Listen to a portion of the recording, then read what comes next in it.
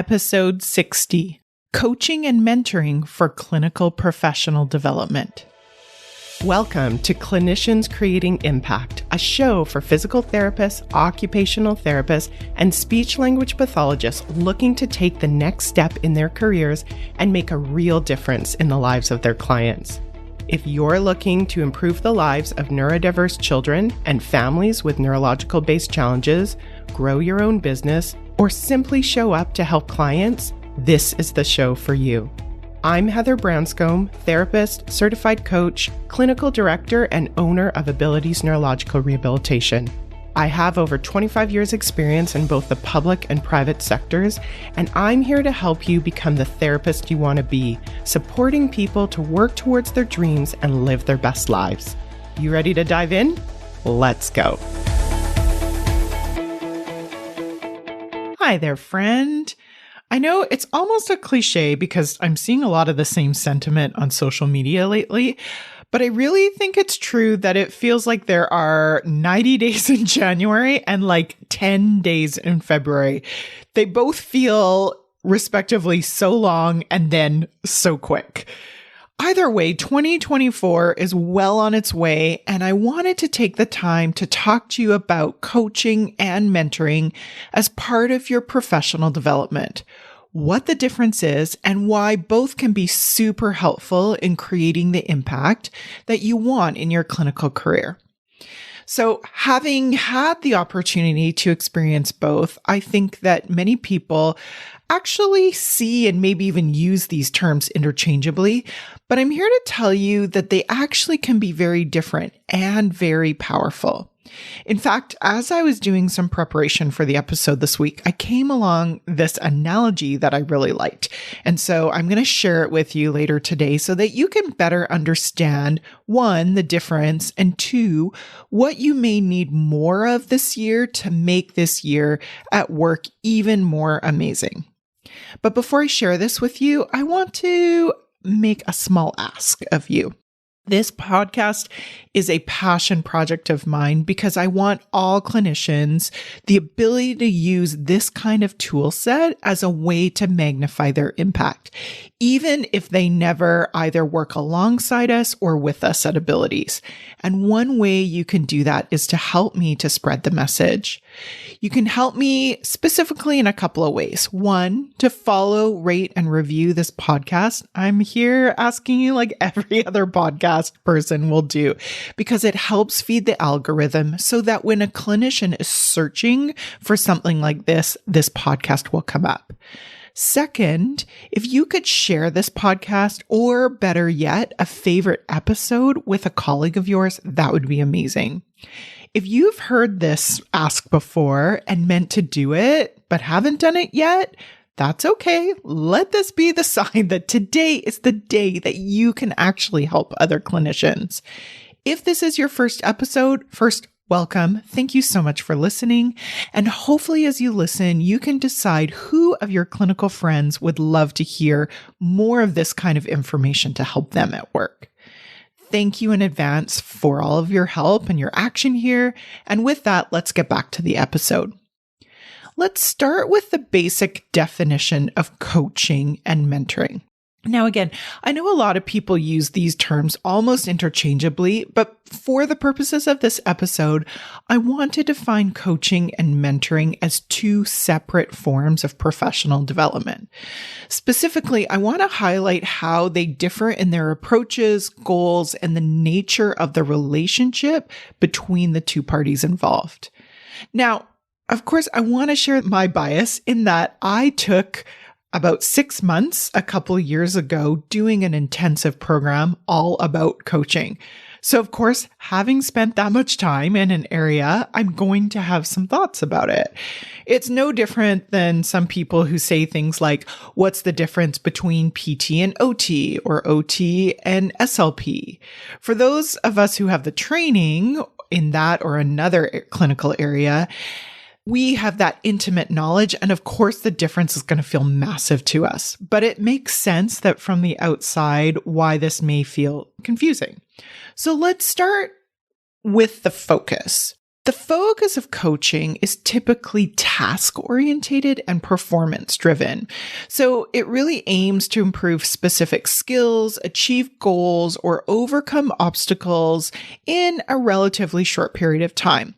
Whereas the focus of mentoring is generally more of a bigger picture, relationship focused, and aims to provide broader career guidance, personal development, and knowledge sharing over a long term. Now, of course, just like in clinical disciplines, there is, of course, overlap. Coaches can be relationship focused and use that as a tool to help performance. I know that because I do that myself when I'm coaching all the time. Another way that I like to look at it is coaching helps you to decide what actually is important to you and what you want to do next, where mentoring can help you to see all of the options available. In that way, you can see how coaching and mentoring can actually be super symbiotic. In the coaching relationship, the coach doesn't actually need to have direct experience, but is often more structured and formal. Coaches may not have direct experience in the coachee's role per se, but they possess experience in specific coaching techniques. It's why my coaching certification, for example, involved 6 months of coursework, a practicum, and testing to ensure that I had actually mastered those specific techniques. The mentor-mentee relationship, however, is typically a little more informal, and it can involve a shared professional or industry background. Mentors can have experience and expertise in the mentee's field, but not necessarily the skills or expertise on how to help you get to where they are themselves. They share their lived experience as an opportunity to know what's possible. And I love those kinds of relationships because sometimes it's really just helpful to get another perspective. Mentors share their experiences, insights, and wisdom. They provide guidance, advice, and support, and they help that mentee navigate their career and their personal development. Those relationships, again, are often longer term, and they may actually even extend over the course of a career and a significant phase of their professional development. I know throughout my career, I have and I continue to collect these relationship of these mentors that I can talk to more so than anything else, just about their perspective. Sometimes we'll even interchange the word mentor for like a clinical friend. And I don't know about you, but I have the privilege to have collected a lot of clinical friends along the way, and they're a really valuable part of my career and my progress. Now let's contrast that to a coaching relationship. So coaches will typically ask more probing questions to help you as an individual discover your strengths, your weaknesses, and your areas for improvement. They will facilitate the person who is being coached in their own self-discovery, and they'll provide guidance and feedback.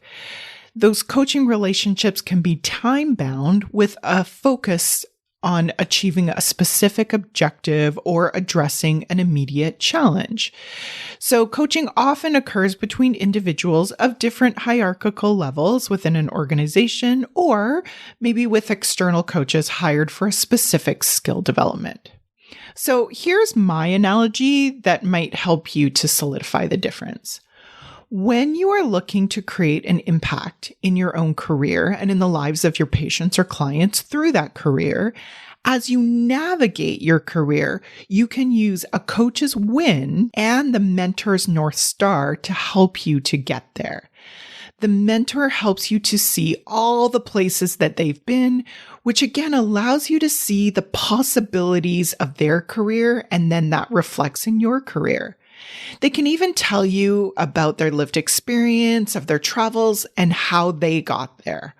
All of these are super helpful as you choose to navigate your own career.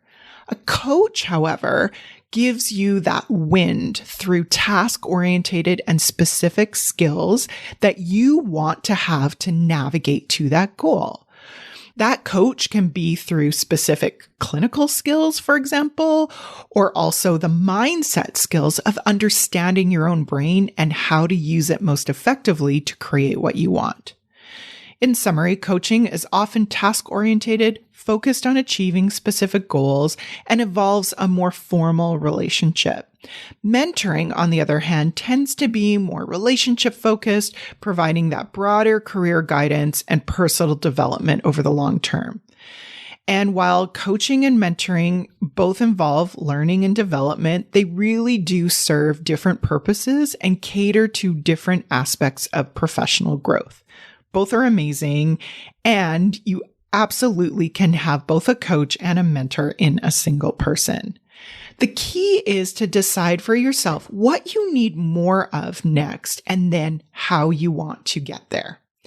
For most of my clinical career, my mentors, again, have come from my work colleagues, and my coaches have come from clinicians that were offering specific clinical courses.